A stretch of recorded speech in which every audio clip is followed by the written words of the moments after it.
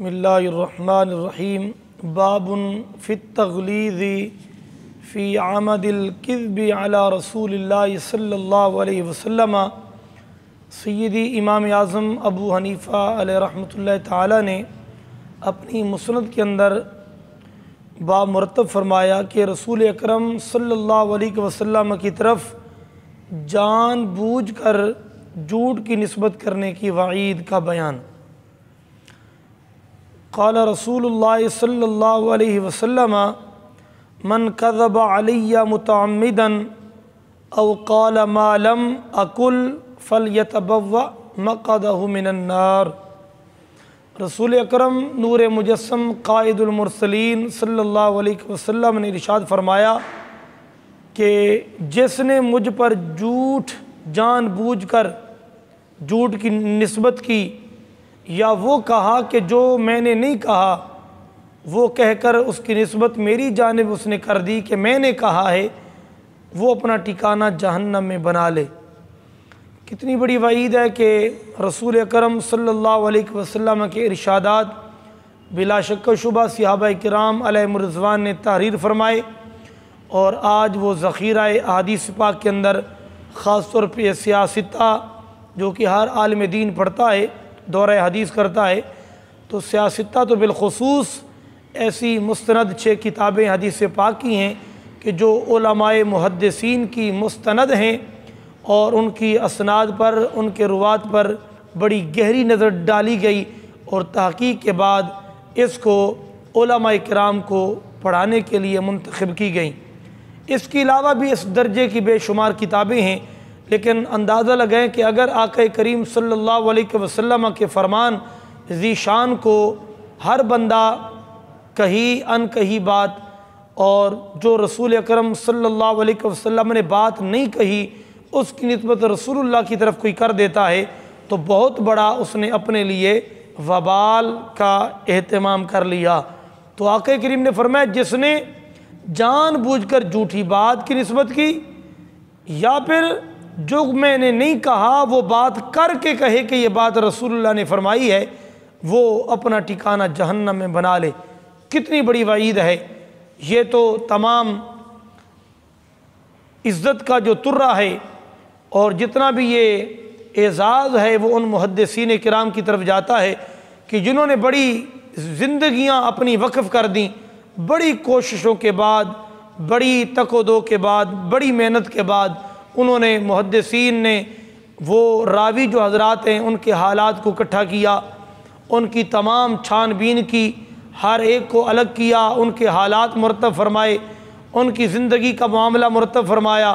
اور یوں سمجھے کہ دودھ کو دودھ اور پانی کو پانی کر دیا۔ اور جو لوگ جھوٹے تھے، جنہوں نے بکثرت جھوٹی روایت گھڑی تھیں، ان کو بے نقاب کیا۔ اور اس حوالے سے موضوعات الکبیر یہ ایک عظیم کتاب ہے جس میں ملا علی قاری علیہ رحمۃ اللہ تعالی نے جھوٹی حدیثیں جمع کر دیں، جھوٹی حدیث کے گھڑنے والوں کو بے نقاب کیا، اور ان لوگوں کی گھڑی ہوئی جو روایات تھیں جس سے وہ لوگوں کا ایمان، احساس، جذبہ سب کچھ وہ منتشر کرنا چاہتے تھے، اس کو بے نقاب کیا۔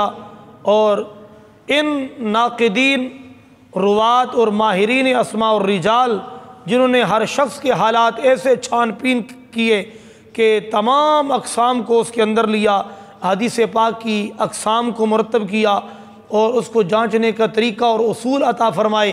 جس کے بعد یہ اب اہتمام ہو گیا کہ کوئی بندہ بھی ان راویوں کے حالات کو جاننا چاہے تو بآسانی جان سکتا ہے۔ آیا یہ راوی کیسا ہے، آیا اس راوی کی زندگی کیسی گزری ہے، اس کا زہد و تقویٰ کتنا ہے، اس سے روایات کتنی ہیں، اور کتنا علم و فضل کے اندر اس کا مقام و مرتبہ ہے۔ تو لہٰذا یہ محدثین کرام کی کوشش کی وجہ سے یہ سارا ذخیرہ حدیث پاک محفوظ ہوا، اور اگر ان کی کوشش نہ ہوتی تو نعوذ باللہ ہر ایک بندہ جس کے دل میں جو آتا وہ کہہ دیتا، اور اس کی نسبت رسول اللہ کی جانب کر دیتا کہ یہ فرمان رسول اللہ کا ہے۔ اس طرح یہ ذخیرہ حدیث محفوظ ہو گیا، اور اگر یہ محدثین کرام اپنی زندگیاں وقف نہ کرتے تو بے ثبات تاریخی ذخیرہ ہو کر یہ حدیث پاک رہ جاتی اور سنت ہمیشہ ہمیشہ کے لیے پردہ تاریخی میں چھپ جاتی۔ لیکن کرم ہوا اللہ رب العالمین جل جلالہ نے ایسے کاملین، ایسے اپنے برگزیدہ بندوں کو منتخب فرمایا کہ جنہوں نے اپنی زندگی کا ایک وافر حصہ اور زندگیاں انہوں نے وقف کر دیں، اور اسماء الرجال کا ایک علم منتخب فرمایا، وجود میں آیا، اور اسماء الرجال کا علم جو ہے وہ انہوں نے قائم کیا، جس بنا پر تمام راویوں کے حالات، زندگی، تمام شعبے پر سیر گفتگو کی گئی، جس کے بعد ہر راوی کو جاننا ممکن ہوا، اس کے حالات کو جاننا ممکن ہوا، اور جو لوگ بڑی چرب زبانی کے ساتھ جھوٹی روایات گھڑنے کے عادی تھے ان کو بے نقاب کر کے ان کو رسوا و ذلیل کیا۔ اللہ رب العالمین اس طرح کے محدثین اور اس طرح کے ماہرین جو اسماء الرجال کے علم قائم کر کے امت پر احسان کیا، اللہ رب العالمین کی قبروں پر کروڑ رحمتوں کا نزول فرمائے، اور اللہ رب العالمین صحیح احادیث پاک، صحیح اقوال افعال رسول اللہ صلی اللہ علیہ وسلم کے جو ہیں ان کو جاننے کی، سمجھنے کی، پڑھنے کی اور ان سے استفادہ حاصل کرنے کی مالک توفیق نصیب فرمائے۔ اللہ رب العالمین کسی بھی اہل ایمان کو جان بوجھ کر جھوٹی بات اور رسول اللہ کی طرف منسوب کرنے جیسی لعنت سے محفوظ فرمائے، اور کوئی بھی جھوٹی بات کہہ کے یہ کہنا کہ یہ بات رسول اللہ نے کی ہے، اللہ تعالیٰ اس جیسی بھی